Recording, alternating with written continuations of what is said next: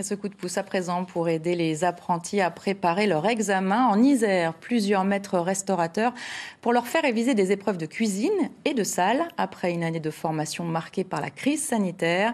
L'occasion de leur demander comment ils l'ont traversée. Amel Brignoli, Marjorie Nadal. En théorie, Arnaud devrait être en train de travailler dans un restaurant.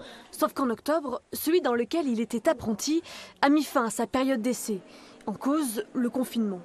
Depuis, cet élève en CAP cuisine s'échine à envoyer des CV sans succès. J'avais un peu le moral dans les chaussettes, je savais pas où, j'étais un peu perdu entre le confinement, le fait de ne pas avoir de travail, de sortir une fois toutes les 2 semaines pour aller en cours. C'est pas l'environnement le plus propice pour pouvoir être en forme et être motivé.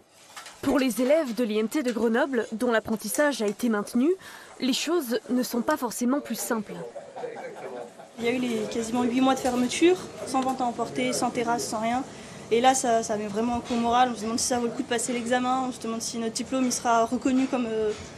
s'il sera acceptable pour les patrons. Moi, j'avais surtout peur au niveau de l'apport, niveau pratique, parce que je suis venu là quasi uniquement pour faire de la cuisine, quoi.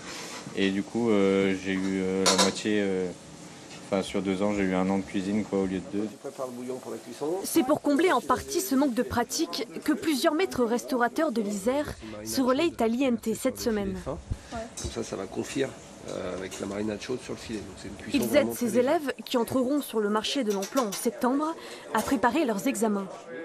C'est leur montrer qu'on est là pour eux aussi, parce que depuis 8 mois, c'est une traversée du désert pour eux également. C'est-à-dire que nos établissements étaient fermés.